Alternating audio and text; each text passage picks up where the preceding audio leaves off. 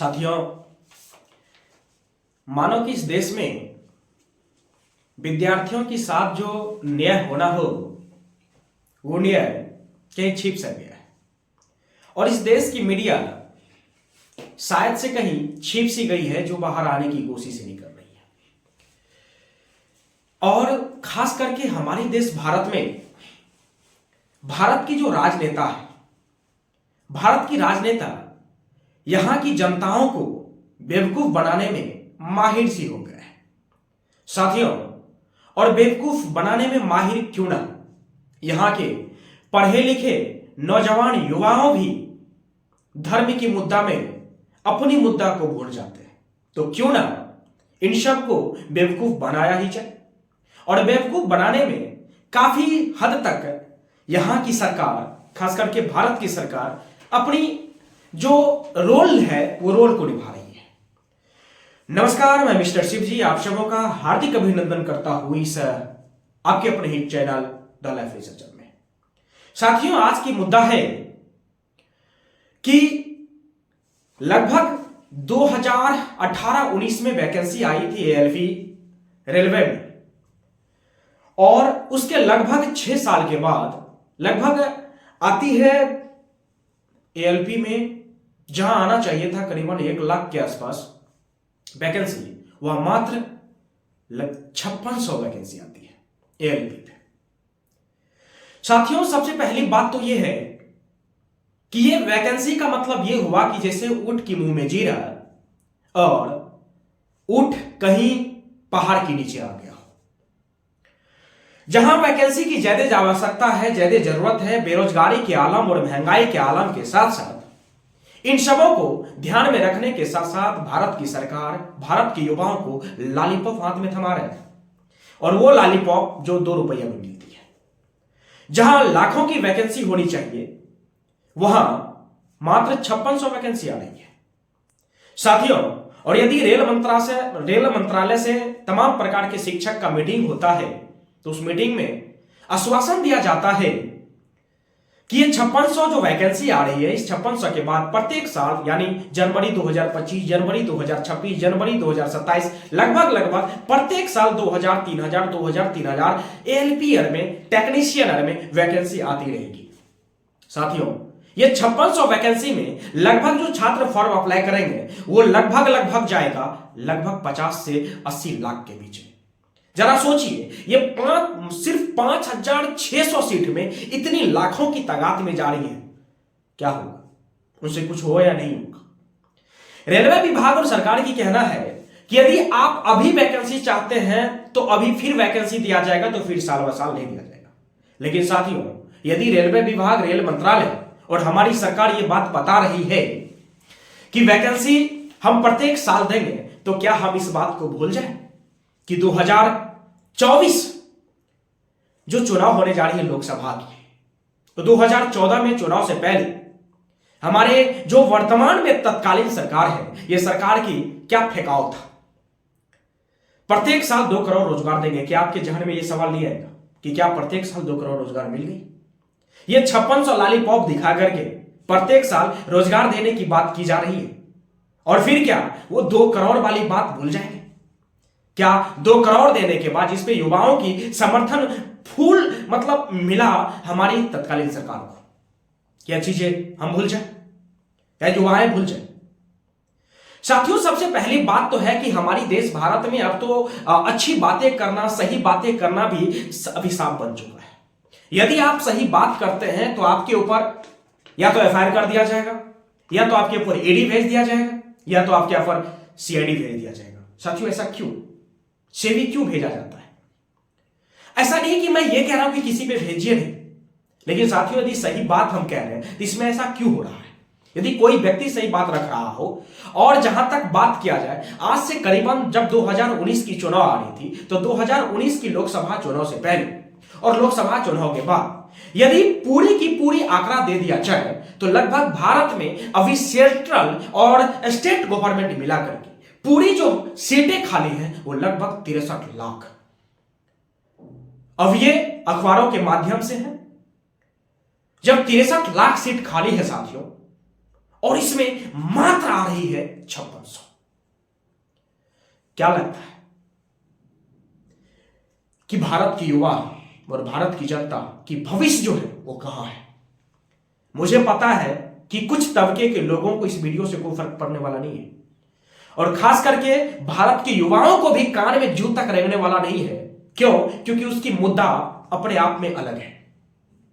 यदि रोजगार की मुद्दा कर दिया जाए, यदि महंगाई की मुद्दा कर दिया जाए, यूट्यूब चैनल हो, अभी खास करके यदि हम बात करें जो सही मायने में विद्यार्थियों के दर्द को, हाल ही में 2 रोज पहले यानी 30 जनवरी 2024 को पटना में रैली निकला, शांति प्रदर्शन किया जा रहा छात्रों के द्वारा, फिर भी लाठीचार्ज हो रहा है। साथियों, गवर्नमेंट क्या कर रही है? वो लाठीचार्ज कर रहे हैं जो कुछ ही दिन पहले सेलेक्टेड हुए, वही भीड़ है साथियों, वो भीड़ जो सेलेक्ट है और वो भीड़ जो सेलेक्ट होने को मार कर रहे हैं। बस उसी दोनों को आपस में भिड़ाया जा रहा है और आगे ऊपर में बैठ के तो इस प्रकार की व्यंजन हो ही रही है। सबसे पहली बात तो यह है साथियों, देश सुरक्षित हमें नहीं लगता है कि है। यदि सुरक्षित होती तो यहां महंगाई और बेरोजगारी की बात होती। देश की चौथे स्तंभ कही जाने वाली नेशनल मीडिया अपनी चुप्पी साध ली है और भारत में मीडिया के नामो निशान मिट चुकी है। आज की स्थिति ऐसा है कि भारत के युवाओं को, भारत के पढ़े लिखे लोगों को, जो गरीब तबके के लोग हैं, जो मजदूर तबके के लोग हैं, जो किसान वर्ग के लोग हैं, उनकी दर्द मीडिया नहीं दिखा रही है। मीडिया दर्द किनकी दिखाएगी? जो अमीर तबके के लोग हैं, जिनके घर में इस प्रकार की कोई जरूरत नहीं है। नौकरी कौन करना चाहता है साथियों? नौकरी गरीब तबके के लोग करना चाहते हैं, बाकी नौकरी हर कोई नहीं करना चाहता। फिर भी इनकी दर्द को दिखाने की कामकाज नहीं हो रही है। क्यों? क्योंकि वो बता नहीं सकते कि मीडिया के हालात क्या है। लेकिन साथियों, सबसे पहले यह तो हो सकता है कि हम 1 करोड़ 40 लाख, यदि सिंपली भाषा में 140 करोड़ पॉपुलेशन है हमारी भारत की, जिसमें खास करके बिहार की 12 करोड़ पॉपुलेशन है। और इतनी ज्यादा पॉपुलेशन होने के साथ साथ हम ये तो कर सकते हैं, यदि हमारी दिक्कतें, हमारी दर्द ना कोई मीडिया देख रही हो, ना यहां की सरकार देख रही है, तो हम अपनी दर्द की इनके ऊपर लेने के लिए हम सोचेंगे। क्या सोचेंगे साथियों? या तो अपनी मत देना छोड़ दीजिए, या तो अपना अधिकार का उपयोग करिए। 2024 के चुनाव में अपने मत जो दे रहे हैं, मतदान जो करिएगा, उसको ब्रेक कर दीजिए। खास करके भारत की जो पॉपुलेशन है उसमें लगभग 50-60% पॉपुलेशन युवाओं की है, और युवा जो चाहे वो कर सकता है।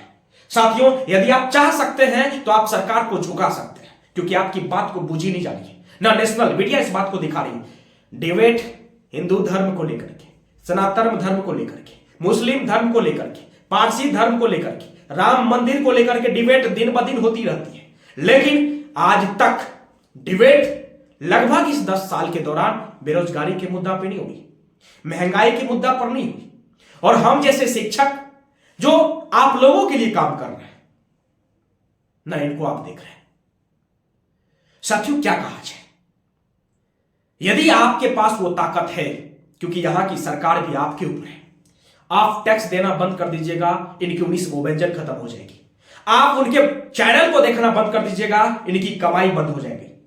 यहां की जनताओं की टैक्स से उनको करोड़ों का प्रचार प्रसार दिया जाता है, तब जाकर उनकी चैनल चलती है। और वही चैनल युवाओं के दर्द को, गरीब के दर्द को दिखाने का काम नहीं कर रही है।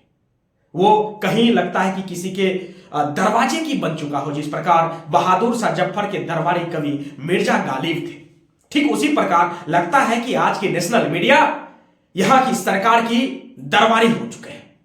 सरकार जहां जा रहा है उनकी बातें हो रही है, लेकिन यहां की जनता, क्योंकि सरकार सर्वोपरि नहीं है, जनता सर्वोपरि है। हाथ जोड़ करके विनम्र निवेदन के साथ मैं कहना चाहूंगा कि युवाओं को कि आप अपनी शांति प्रदर्शन करिए, लेकिन देश की संपत्ति को नुकसान मत पहुंचाइए, क्योंकि देश की संपत्ति को नुकसान पहुंचाने का अर्थ है आपकी संपत्ति नुकसान में जाना। और यदि किसी प्रकार की नुकसान होती है, एक आपकी दर्द को दिखाया नहीं जा रहा है, आपकी दर्द को सहने की कोशिश नहीं किया जा रहा है, आपकी दर्द को समझने की कोशिश नहीं किया जा रहा है, और ऊपर से जो भी चीज होगा आपके ऊपर मर दिया जाएगा। इसीलिए भरोसे से, जज्बे और जज्बात और जुनून से, आपकी अपनी धैर्यशीलता से और सहनशीलता से काम लीजिए। और यदि आपकी और हमारी बातें नहीं सुनी जा रही है तो अपनी मतदान देने की जो प्रक्रिया है उसको रोक दीजिए। बैकआउट करिए उन चैनलों को जो चैनल आपकी बात नहीं कर रहा हो, और बैकआउट करिए उन गवर्नमेंट को जो गवर्नमेंट आपकी इच्छा नहीं जाहिर कर रही हो। क्योंकि गवर्नमेंट हम इसलिए चयन करते हैं ताकि हमारी सुख दुख तकलीफ को देख सके, हमारी स्थिति को देख सके। भूख से हम मर रहे हैं कि क्या कर रहे हैं। इतनी सीटें खाली होने के बावजूद भी वैकेंसी नहीं आ रही है, और सबसे कम वैकेंसी। और यदि आप कहते हैं तो आपको आश्वासन दे दिया जाता है। 2019 में भी यही हुआ था, आश्वासन देकर के वैकेंसी देख ली, क्या आया। साथियों, यदि वक्तव्यों में बहकिएगा तो हालात यही होगा। इसीलिए अपने आप को तार्किक बनाइए, अपने आप को समझदार बनाइए। यदि आप समझदार नहीं बनाते हैं तो बिल्कुल आप फंसने वाले हैं, और स्थिति बहुत गंभीर होने जा रही है। क्योंकि लग रहा है इस संसार में, संसार तो छोड़ दीजिए, खास करके हमारी देश भारत में जो अमीर वर्ग के लोग हैं सिर्फ उनकी बात होगी, आपकी बात नहीं होगी। आप नौकरी करने वाले लोग हैं, आप नौकरी को नहीं। यदि प्राइवेट में आपको नौकरी करनी है तो आपके लिए नौकरी है, लेकिन गवर्नमेंट में नहीं। यदि प्राइवेट में नौकरी आपको करनी है साथियों, तो गवर्नमेंट में सरकार चुनने की क्या आवश्यकता है, सरकार भी छोड़ दीजिए। इसलिए आप अपनी जाहिर करिए। मैं कहना चाहूंगा कि इन चीजों को ध्यान में रखने के साथ साथ अपनी बातों को ध्यान में रखें, और यदि किसी प्रकार की प्रदर्शन करना हो आपको तो शांति से करें। शांति से करने पे भी आपको पता है कि आपको एक लाठी नहीं 10-10, 20-20 लाठी खींच दिया जाता है। और मैसेज इस प्रकार से आता है साथियों कि कुछ ऐसे बच्चे को लाठी लगा, शांतिपूर्वक प्रदर्शन होने के बावजूद कपार पे लाठी लग जाता है, हाथ पे लाठी लग जाता है, पैर पे लाठी लग जाता है। कुछ बच्चे की हाथ टूट जाते, कुछ बच्चे की कपार फूट जाते, सर फूट जाता है। आखिर क्यों? कहां के लोग हैं ये? साहब यहीं के लोग हैं। साहब प्रदर्शन इसलिए कर रहे हैं क्योंकि उसके पेट में रोटी नहीं है। साहब आप तो 19 को व्यंजन खाते हैं, इनको 2 वक्त की रोटी और दाल नसीब नहीं होती है। और जो व्यक्तियों को इस प्रकार की बातें लगती है ना साहब, जाकर के घूमिए और घूम के देखिए उन घरों की स्थिति को जिनका एक वक्त का खाना नहीं मिल रहा हो, जिनको एक वक्त का खाना पूर्ण रूप से नहीं मिल पा रहा हो। आप तो 19 को व्यंजन खाते हैं साथियों, आप तो 19 को व्यंजन खा के परे रहते हैं, अपने काम में व्यस्त रहते हैं। इनको कौन देखेगा? जहां लाखों की वैकेंसी जानी चाहिए वहां मात्र 5600 वैकेंसी जारी है। क्यों? और इतना ही नहीं, हम लोगों की मांग है कि वैकेंसीज को जारी कर दिया जाए। यदि वैकेंसीज नहीं आती है तो सरकार का चुनाव रोक दिया जाए। नहीं तो अनुरोध है आप लोगों से कि अपना मत देना भूल जाइए, देने छोड़ दीजिए, किसी को मत देना, कुछ नहीं देना है किसी को। जब आपकी गरीबी बुझता ही नहीं, जब आपकी तकलीफ नहीं बुझता है ये लोग, तब आप काहे उसको वोट करिएगा। और हां, याद रखिएगा, किसी पार्टी और फंक्शंस को मत करिए, किसी पार्टी को मत चुनिए, पार्टी उटी को मत सरकार बनाइए। सरकार किसी योग्य पुरुष को बनाइए यदि बनाना है तो, नहीं तो अन्यथा हालत तो ऐसा है ही और होने वाला है। इसलिए यह वीडियो आप लोगों को यदि अच्छा लग रहा हो तो शेयर दबा के करिए, इतना शेयर करिए कि गवर्नमेंट की कान तक ये बात पहुंचे, और लगातार इस पे वीडियो आप लोगों के सामने लाएंगे। लेकिन हाथ जोड़ करके विनम्र निवेदन के साथ आप लोगों को कहेंगे, यदि आप शांति प्रदर्शन करिए।